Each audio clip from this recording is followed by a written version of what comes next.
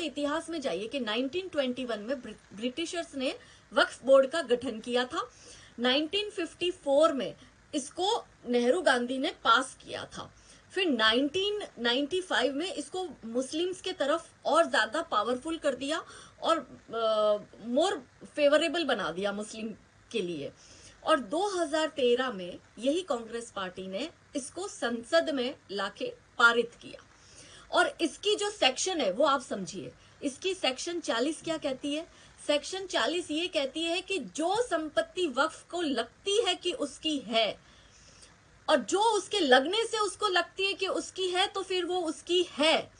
सामने वाले पक्ष को फिर प्रूव करना पड़ेगा कि भाई ये प्रॉपर्टी उसकी नहीं है, ये उसकी है। फॉर एग्जाम्पल कि जैसे आज मैं अपने ये घर में हूं, ये घर कल को वक्फ को लगता है कि ये घर उसका है, तो वक्फ को प्रूव नहीं करना है, काजल हिंदुस्तानी को प्रूव करना है कि ये मेरा है।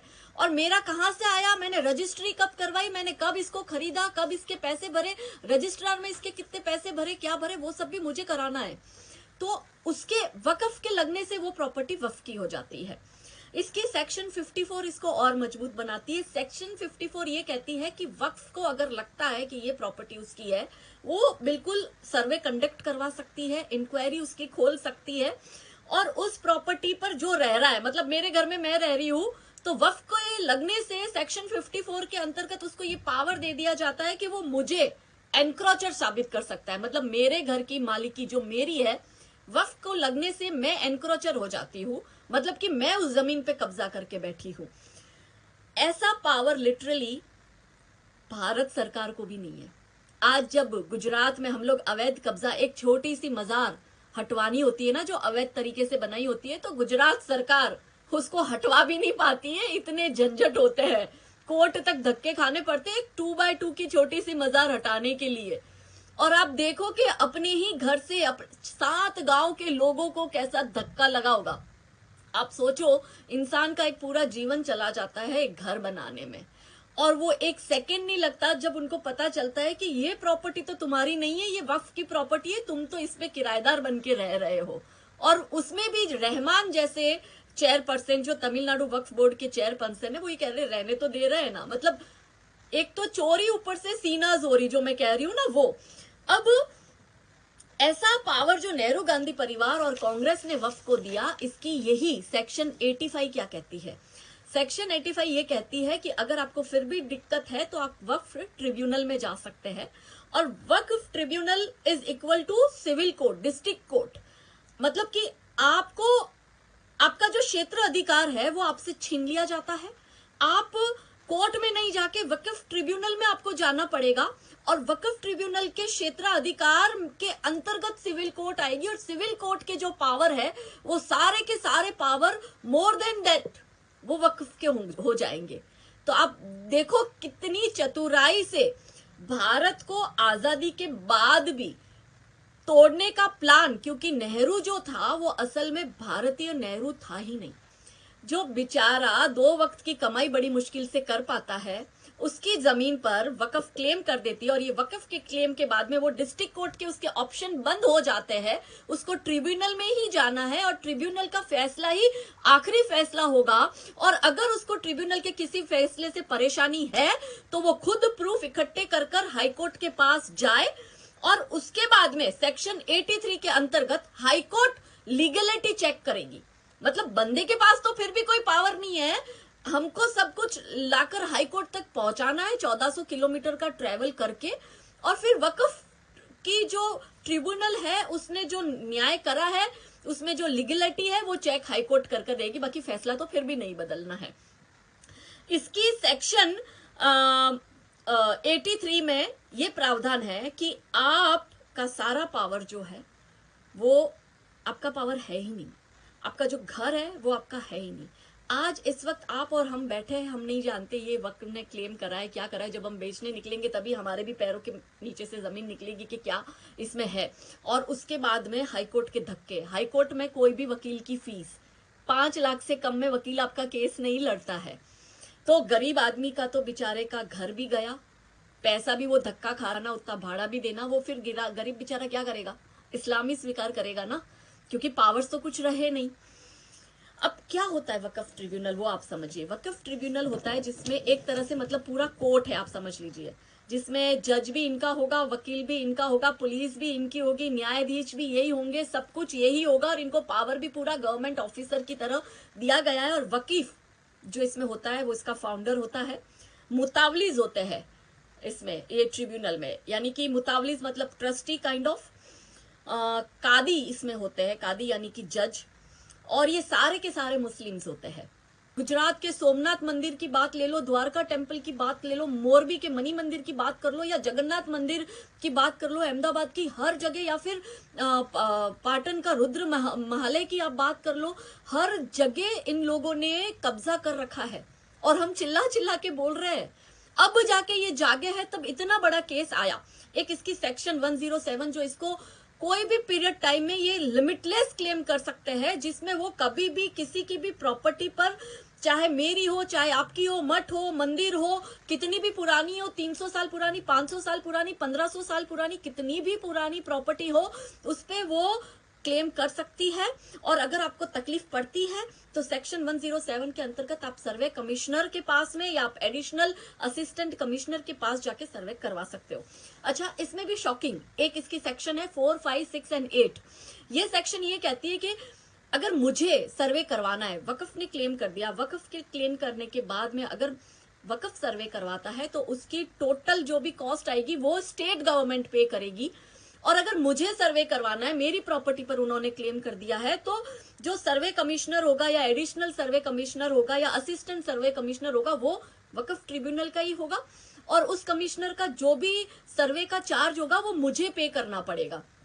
अब आप देखो कि मेरे हिंदू को ये हक है, मेरे मठ मंदिर या ट्रस्ट को ये हक है, मेरे मेरे मेरे मेरे देश में मेरी ही प्रॉपर्टी पर कब्जा कर वक्फ ट्रिब्यूनल ये हमें कह रहा है कि हे, एक तो हमने तुम्हारी प्रॉपर्टी पे कब्जा किया है, तुम जाओ भाड़ में, और अगर तुम्हें तकलीफ है तो तुम सर्वे करवाना, और सर्वे करवाने की भी पैसे जो है तुम अपनी जेब से भरना, और उसके सामने हम कभी भी क्लेम कर सकते हैं, लिमिटलेस क्लेम कर सकते हैं, हम पे पूरा पावर है। और अगर हम सर्वे करवाते हैं, हमारे लोग सर्वे में आते, तो उसका पैसा तुम्हें चुकाना है, और हम सर्वे करेंगे, हम सर्वे कराएंगे तो उसका खर्चा जो है वो सरकार चुकाएगी। और उसके अंतर्गत सरकार जो है लिटरली इनके ऑफिसर्स को सैलरी भी देती है।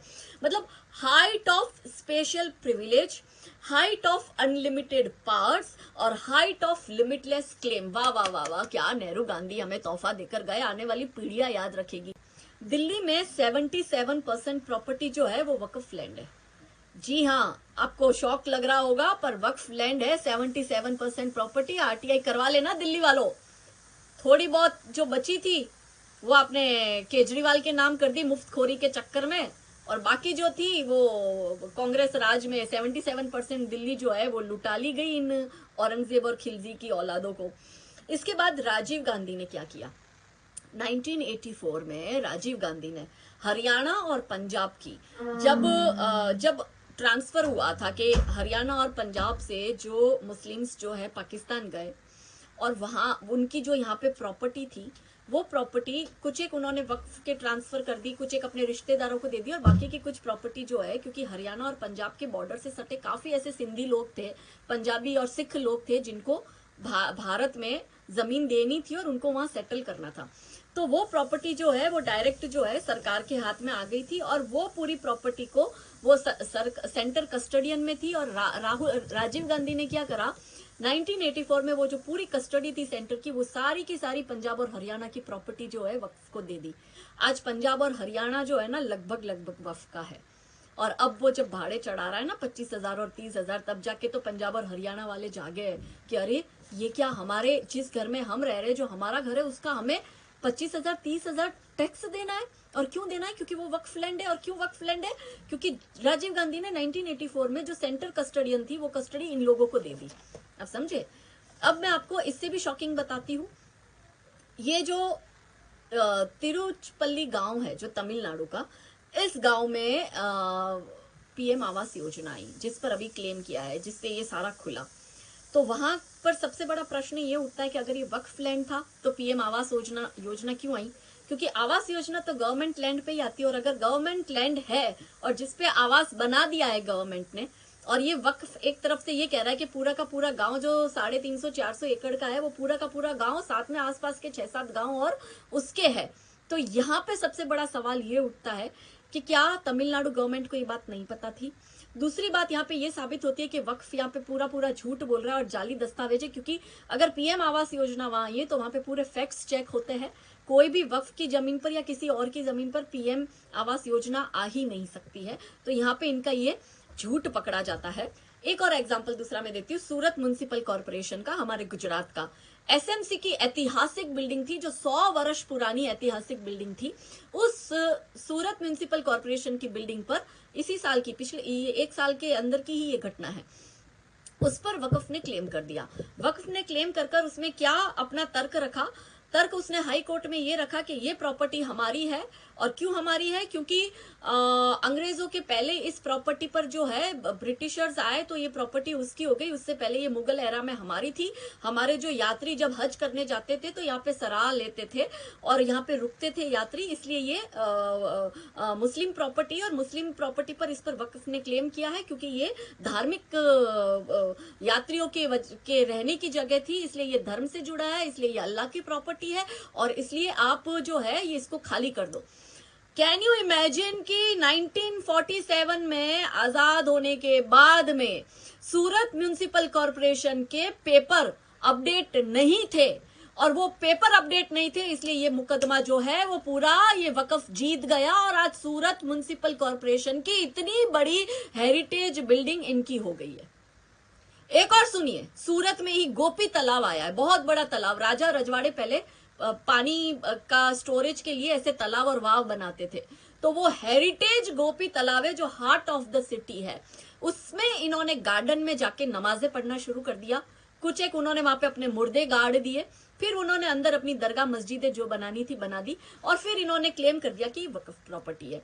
उसके बाद आप शॉकिंग सुनिए कि इसमें जब हियरिंग हो रही थी तो अब सूरत म्युनिसिपल कॉर्पोरेशन, ये म्युनिसिपल कॉर्पोरेशन वाले जो अपनी प्रॉपर्टी नहीं बचा सकते, ये तो फिर आपकी और हमारी तो क्या ही बचाएंगे। आपको लगता है नगर पालिका जब खुद की जमीन नहीं बचा पा रही तो आपकी और हमारी तो क्या ही सिक्योरिटी है। तो गोपी तालाब के पेपर जो कि नगर पालिका के अंतर्गत आते थे, ये प्रॉपर्टी नगर पालिका की थी, उसमें से वो पेपर गायब हो गए। जिस दिन हियरिंग में वकील को पहुंचना था उस दिन वो हियरिंग में वकील नहीं पहुंचा, और ये डिसीजन भी 1 महीने के अंदर अंदर सूरत म्युनिसिपल कॉर्पोरेशन अपने हाथ से गया, फिर ये गोपी तालाब भी अपने हाथ से चला गया था। और उसके बाद में जो गुजरात की जागरूक जनता थी उन्होंने बहुत आवाज उठाई, इसका बहुत विरोध किया। तो ये जो कुछ चोर उचक के लोग जो बैठे थे सत्ता में, उनको लगा, और ये चोर उचक के कुछ एक चाहे नेता हो जाए चाहे वहां के सरकारी अधिकारी हो जाए, ये कुछ एक सरकारी अधिकारी कुछ एक चोर उचक्कों को लगा कि भाई गुजरात की पब्लिक जो है अब इस गोपी तालाब वाले मैटर पर ज्यादा एग्रेसिव हो रही है, तो फिर सडनली वापस पेपर और सब कुछ वापस आ गया और फिर से ये मुद्दा हाई कोर्ट में गया और सारा साबित हुआ और गोपी तालाब वापस हिंदुओं के पास आया, वापस ये सरकार के पास ये प्रॉपर्टी आई। अब देखो कैसे होता है, अभी के कुछ सरकारी अधिकारी, कुछ नेता, कुछ सिस्टम में बैठे करप्ट ब्यूरोक्रेट्स, ये आज के जमाने के औरंगजेब और खिलजी बनकर बैठे हैं जो लिख लिख कर हमारे टुकड़े इन इस्लामियों को दे रहे हैं और इनके घर तक पेटियां पहुंच रही है। हमें लड़ना पड़ रहा है हमारा अस्तित्व बचाने के लिए, और ये जो कुछ एक लोग हैं वो हमारा जो है बेड़ा गर्क करने में लगे हुए। फिर आपको मैं एक और एग्जांपल देती हूँ बेट द्वारका का। 2 टापू वक्फ ने क्लेम कर दिए बेट द्वारका में। ये लोग गए हाई कोर्ट में, हाई कोर्ट में इनको लताड़ पड़ी है गुजरात हाई कोर्ट से कि जो कृष्ण नगरी है, जो कृष्ण भूमि है, आप कह रहे हो उस भूमि पर टोटल बेट द्वारका में 10 टापू है, 10 में से 2 पे इन्होंने क्लेम कर दिया। तो इन्होंने कहा कि जो कृष्ण भूमि है उसके बेट टापू को आप अपना बता रहे हो। मतलब ये कैसी बात होगी कि कृष्ण भूमि कब से मतलब अल्लाह की हो गई, और फिर इनको लताड़ लगा के वहां से निकाला गया है। अब देखो 1991 में प्लेसेस ऑफ वर्शिप एक्ट बनाया। क्यों बनाया गया था? इसलिए बनाया गया था कि उन्हें पता था, क्योंकि उस वक्त एक आंदोलन हमारा बाबरी मस्जिद वाला 90 के दशक से चलता आ रहा था, राम मंदिर वाला। तो इनको पता था कि ये एक एक करके सारा सक्सेशन लेंगे अगर धीरे धीरे, क्योंकि आजादी के बाद भाजपा की सरकार तो आई ही नहीं थी। और जिस तरह से द राइज ऑफ हिंदुइज्म हो रहा था उस वक्त 90 के दशक में, तो इनको डर लग गया कि भाई इस तरह से तो फिर ये मथुरा काशी और जो 40,000 टेम्पल जो तोड़ तोड़ कर उस पर टोपी बनाकर सारा जो इस्लामिक अवैध कब्जा हुआ है उस पर ये लोग सक्सेसर क्लेम करेंगे। इसलिए इन्होंने 1991 में प्लेसेस ऑफ वर्शिप एक्ट लाया ताकि यथावत जो स्थिति 47 के वक्त थी वही स्थिति रहे, हिंदू फिर से रिक्लेम ना कर सके। 4 साल बाद इन्होंने 1995 में वक्फ एक्ट बनाया और उसको बहुत मजबूती से रखा। फिर इन्होंने माइनॉरिटी कमीशन बनाया, सचर कमेटी बनाया, हलाल सर्टिफिकेशन हमारे देश में लाए। एक जो सोमनाथ की जगह भी इन लोगों ने इसी तरह से दबा के रखी हुई है।